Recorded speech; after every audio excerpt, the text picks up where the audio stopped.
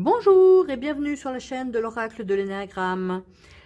Tout d'abord, un grand merci à vous toutes et tous d'être là, de suivre la chaîne, d'apprécier les tirages de l'Oracle de l'Énéagramme. Ça me fait énormément plaisir. Merci pour tous les nouveaux abonnés, pour les commentaires, pour les likes, pour les partages. N'hésitez pas à vous abonner, ceux qui ne sont pas encore abonnés. Ça va donner un coup de pouce à la chaîne et ça sera toujours appréciable et ça me fera énormément plaisir. Ça permettra à d'autres personnes de connaître la chaîne aussi. Si vous voulez vous procurer l'oracle, si vous l'aimez, il est effectivement utilisable par toutes et tous. Vous pouvez l'utiliser chez vous, avec vos amis, pour vous-même. Il est vraiment très intuitif. Vous n'avez pas besoin d'en savoir plus sur l'énéagramme. Vous prenez une carte, vous lisez ce qui est écrit et vous avez votre message.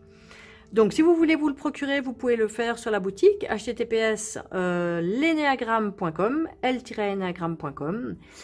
Et puis, vous pouvez aussi, si vous avez envie d'une guidance personnalisée, donc puisque ici, ce sont des tirages généraux, ils ne sont pas forcément extrêmement précis individuellement, vous pouvez me contacter dans la description sur le mail qui est écrit dans la description et je vous répondrai pour organiser tout ça. Voilà, donc maintenant, on peut commencer. Le tirage du jour, il est pour les personnes qui sont célibataires et on va demander aux cartes et à l'oracle d'avoir un peu des précisions sur votre prochaine relation. Donc pour ce faire, j'ai déjà présélectionné les cartes au niveau de l'ego, les cartes noires, que je vais utiliser pour avoir l'énergie de votre rencontre, la situation quand vous allez vous rencontrer. Les cartes blanches pour avoir la qualité principale de votre futur partenaire et enfin les cartes oranges pour savoir quel sera l'aspect à travailler dans votre relation. Alors, on va commencer le tirage. On va demander aux cartes quelle est l'énergie lors de votre rencontre avec votre prochain partenaire. Quelle est l'énergie de la rencontre pour les personnes, pour le tirage numéro 1. Ensuite, quelle est l'énergie de la rencontre pour le tirage numéro 2?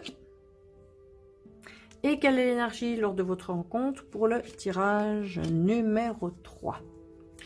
On va demander maintenant quelle est la qualité principale de votre futur partenaire amoureux. Quelle est la qualité d'être principale qu'il a évolué, il ou elle?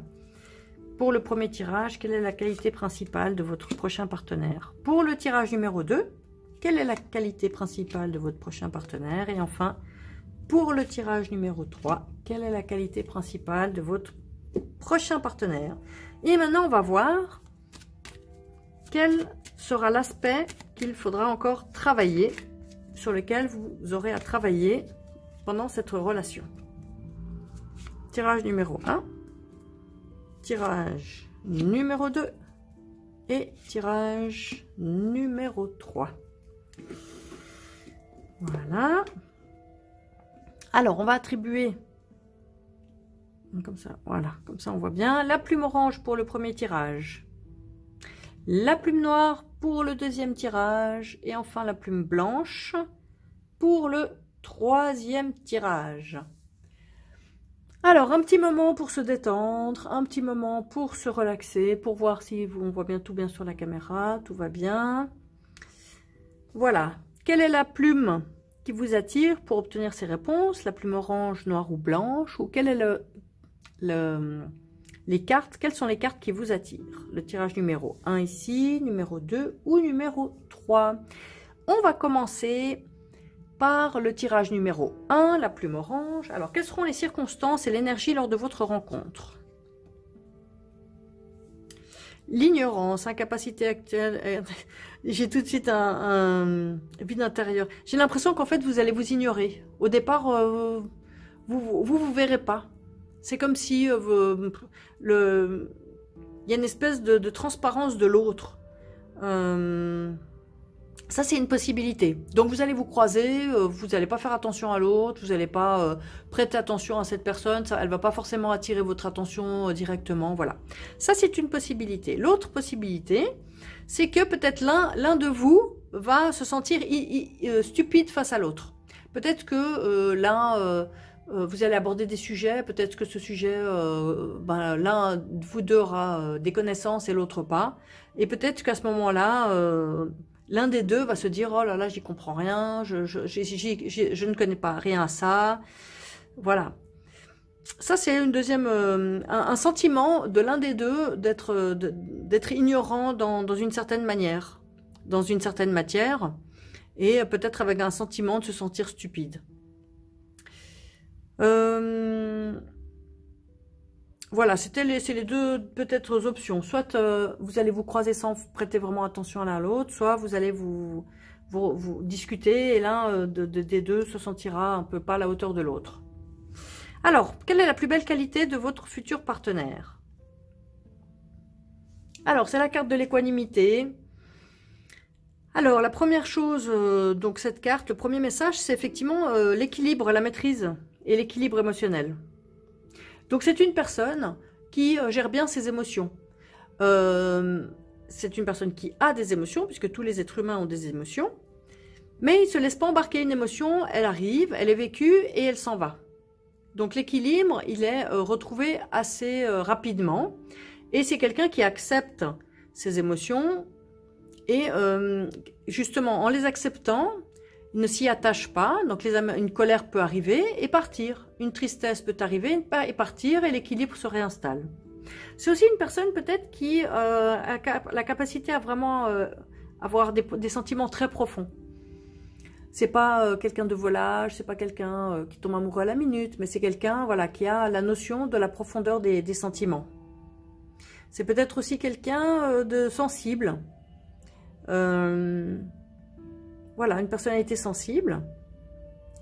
Aussi quelqu'un qui est capable de garder son calme, de rester calme en toute situation. Il peut y arriver des choses difficiles à vivre, mais cette personne est capable de gérer les imprévus avec calme, avec maîtrise émotionnelle. Et aussi, c'est assez paradoxal, hein, cette personne est capable de s'attacher, de s'attacher, disons, d'avoir des sentiments profonds pour une personne, mais sans s'agripper. Voilà, c'est ça la notion de détachement. C'est, on aime profondément, mais on ne s'accroche pas à l'autre, on ne s'agrippe pas à l'autre. Voilà les qualités de cette personne. Alors, on va mettre ça là comme ça. Maintenant, quels seront les aspects de votre relation à travailler? Encore à faire progresser et à faire évoluer. Alors, la suspicion, méfiance généralisée, choses cachées, paranoïa. Alors, il se peut que, entre vous, ou bien l'un des deux partenaires, a tendance à se méfier. Alors, est-ce que ça peut venir d'une précédente histoire qui s'est peut-être mal terminée ou qui a été vécue difficilement? Et du coup, on est méfiant. Peut-être on est méfiant, il y a peut-être une méfiance parce qu'il y a eu peut-être des blessures dans le passé, peut-être des blessures de trahison, peut-être des blessures d'abandon. Et là, il y a c'est possible qu'il y ait encore des traces de ces blessures dans blessures d'injustice. Vous savez, les cinq blessures, injustice, trahison, abandon, humiliation et la cinquième, qui me reviendra plus tard.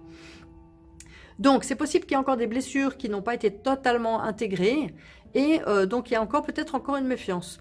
Une autre possibilité est que cette relation va être cachée au départ. Est-ce que, voilà, est-ce que la personne ne sera pas libre? Est-ce que, pour diverses raisons, votre histoire ne pourra pas être vécue ouvertement? Donc ça, c'est possible, voilà, qu'elle doive passer par une période voilà, de secret. C'est possible aussi, ou bien de mensonges, mais ça veut dire peut-être des mensonges à l'intérieur de votre relation. Ça, c'est une éventualité. Ça peut être aussi des mensonges par rapport à l'extérieur. Obligation de surveiller, voilà. Il y a quelque chose dans votre relation où il faudra traverser une période de se cacher, se méfier peut-être de ce qui se dit, ou voilà. Ça, c'est quelque chose que peut-être il faudra traverser dans votre relation. Voilà pour ce premier tirage. On passe maintenant à la plume noire. Alors, et le tirage numéro 2. Quelle est l'énergie? Quelle sera l'énergie pendant votre rencontre? Alors, la carte de la soumission, asservissement, impuissance, fragilité, faiblesse, dépendance. Alors, c'est possible que l'un ou l'autre, ou bien vous deux, vous soyez coincés dans une situation. Vous voyez, on n'arrive pas à bouger. Soit vous êtes, l'un ou l'autre sera dans une situation de dépendance qui fera qu'il ne se sentira pas libre d'agir comme il veut, il ou elle, hein, bien sûr. C'est possible aussi qu'il y ait une situation de fragilité ou de faiblesse. Alors ça peut être, voilà, par exemple, on vient de perdre son emploi, ou par exemple, on vient de sortir de maladie, ou par exemple, on a perdu un être cher, on est déstabilisé, ou par exemple, peu importe, une situation qui a affaibli ou fragilisé soit vous, soit votre futur partenaire. Donc c'est une situation où on est on se sent impuissant. C'est possible qu'il y ait un sentiment d'impuissance en tout cas, ou de soumission aux événements extérieurs. Voilà un petit peu les différents aspects possibles de l'énergie pendant votre rencontre. Alors, quelle est la plus belle qualité de votre futur partenaire? Affirmation de soi. Action minutieuse, positionnement, alors plusieurs messages ici. Alors c'est peut-être que c'est, voilà, le premier message évidemment, c'est que c'est une personne qui arrive à dire ce qu'elle pense, à dire clairement ce qu'elle pense, ce qu'elle souhaite dans la vie, ce qu'elle veut, ce qu'elle attend des choses, ce qu'elle ressent aussi, ses émotions, ses sentiments, voilà. C'est quelqu'un qui est capable de s'affirmer, mais de s'affirmer positivement, sans imposer aux autres, sans obliger les autres. Voilà, c'est juste, pour moi, c'est ça qui est important. Voilà, c'est comme ça, cette personne a réussi à développer sa capacité à s'affirmer. C'est aussi quelqu'un, vu qu'elle peut s'affirmer, qui est capable de prendre des décisions. Parce que cette personne, elle est claire avec elle-même. Donc, elle est capable de dire, ça je veux, et ça, je décide de ça pour moi, et de se positionner clairement. C'est aussi quelqu'un qui peut faire preuve de discipline, de rigueur dans sa vie, et ses actions sont réfléchies, parce que c'est quelqu'un qui prend le temps, qui a une clarté d'esprit, et qui peut donc justement bien réfléchir et prendre des bonnes décisions, et se positionner clairement par rapport aux autres. Voilà les qualités de cette personne. Alors, qu'est-ce qui sera encore l'aspect à travailler dans votre future relation? Alors, l'entêtement, la persévérance, la persistance. Alors, j'ai l'impression que peut-être que c'est lié aux circonstances. Peut-être qu'il va falloir être persévérant dans cette relation. Peut-être que malgré la capacité de votre futur partenaire à se positionner, peut-être que ça ne sera pas facile d'obtenir tout de suite les choses. Il faudra peut-être faire preuve de patience et de persévérance. Même presque, on va dire, d'opiniâtreté, d'obstination, voilà. Persister, une fois que, voilà, vous voyez, une fois qu'on sait ce qu'on veut, qu'on arrive à se positionner et à décider de ce qu'on veut, ça ne veut pas dire qu'on obtient tout de suite. Donc, peut-être qu'on va vous dire, là, il va falloir un peu de temps et de persévérance pour obtenir ce que vous voudrez dans votre couple. Voilà pour le tirage numéro 2 de la plume noire. On passe maintenant à la plume blanche, tirage numéro 3. Quelle est l'énergie?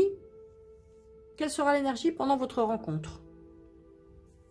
Ah ben voilà, ça c'est la séduction. Donc en fait, vous aurez une rencontre, on va dire tout ce qui est un peu de plus, entre guillemets, standard, c'est-à-dire que vous allez vous plaire, il y aura de l'admiration mutuelle, des envies de séduire, de faire des éloges, et puis une admiration mutuelle. Voilà ce que je retiens de cette carte. C'est vraiment la carte typique des premières relations, dans lesquelles, voilà, le sourire, on a le sourire, on se regarde dans le blanc des yeux, il y a peut-être éventuellement un coup de foudre, et donc on est dans les belles paroles l'un pour l'autre. Alors, quelle est la plus belle qualité de votre futur partenaire? Alors, détachement, désintéressement, relativisation, générosité, partage, lâcher prise. Alors, c'est une personne qui est capable de générosité désintéressée. Ça, c'est une très très belle qualité. C'est quelqu'un qui est capable de donner aux autres sans attente. Vous voyez, générosité, mais dans le désintéressement et le détachement. Donc, c'est quelqu'un qui ne donne pas en attendant un retour ou pour obtenir quelque chose pour obtenir quelque chose de concret ou bien de l'admiration, tout ça. Non, c'est quelqu'un qui est capable de donner pour le plaisir de donner. C'est aussi peut-être quelqu'un qui est capable de liberté d'esprit. Vous voyez, c'est une personne qui pense par elle-même. Ce n'est pas une personne qui est influencée par le conformisme social, par les dogmes, par une église, ou par ses parents, ou par n'importe qui d'autre. Voilà. C'est quelqu'un qui a sa façon de voir les choses et qui s'est fait ses propres idées sur ce qui est important pour elle, sur sa façon de voir la vie. Voilà. Donc voilà, les belles qualités de cette personne. Et qu'est-ce qui sera l'aspect à travailler dans votre future relation? Rigidité, inflexibilité, fermeté, raideur, austérité, intolérance. Alors, il y a plusieurs, peut-être, options, selon, puisque vous êtes plusieurs à regarder cette vidéo, bien sûr. La première chose, c'est peut-être une certaine rigidité, peut-être d'esprit. Ou une rigidité par rapport à la façon de voir la vie, le contexte de vie. Ah bah ça, j'ai pas envie de changer. Ah bah non, ça c'est important pour moi. Bah non, bah dans ces cas-là, non, moi j'ai pas envie de déménager. Voilà, peut-être une certaine rigidité à peut-être éventuellement remettre en question. Est-ce que c'est une carte à double tranchant, cette carte. Des fois, elle est positive dans le sens où c'est bien de garder ses positions, parce qu'on affirme que ça c'est comme ça pour nous et c'est bon. Et des fois, c'est dans l'autre sens où ça mériterait un peu de souplesse, parce que vous savez que quand on est en couple, il y a quand même à tenir compte de l'autre, on n'est pas tout seul. Donc peut-être apprendre à tenir aussi compte du ressenti de l'autre, des envies de l'autre, voilà, et peut-être, voilà, ça peut aussi arriver à des personnes qui sont restées longtemps seules, qui ont instauré une routine personnelle, et tout d'un coup, quand on tombe amoureux, quand on rencontre quelqu'un, ben on n'est plus à composer qu'avec soi-même. On compose aussi avec l'autre. Si on achète un appartement ou une maison, il faut tenir compte des goûts de tout le monde. Quand on s'installe ensemble, il faut tenir compte des goûts de tout le monde. On n'est pas tout seul. Donc peut-être un chemin à faire là-dedans, avec une certaine, peut-être a priori, une certaine intolérance par rapport à la vision de la vie de l'autre. Voilà, s'assouplir un peu. Voilà peut-être votre défi pour votre prochaine relation. Voilà pour le tirage numéro 3. Je vous remercie de l'avoir suivi. Si vous voulez vous procurer bien sûr l'oracle de l'énéagramme, vous pouvez le faire comme je l'ai dit au début. Sur la boutique https://leneagramme.com. Et puis n'oubliez pas de vous abonner, liker, commenter, partager. Ça serait vraiment super pour le développement de la chaîne. Merci beaucoup d'avoir suivi ce tirage et à très bientôt.